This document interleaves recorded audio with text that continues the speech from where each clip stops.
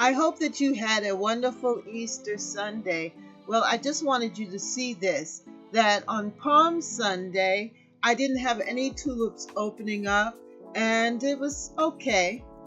But then on Easter Sunday, my red tulips decided to open up and bloom.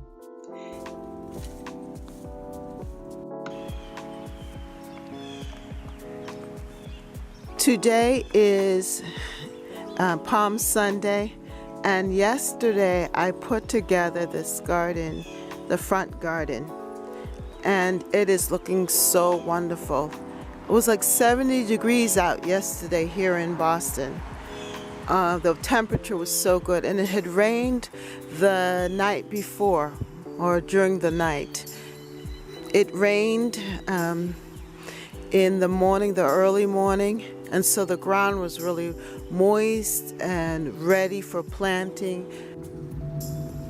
My tulips decided to open up for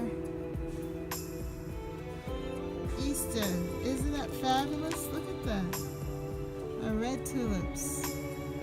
I still have so many more to go. At the side of the house, some of my other tulips decided to open up for Easter as well. They're so beautiful and so inspiring.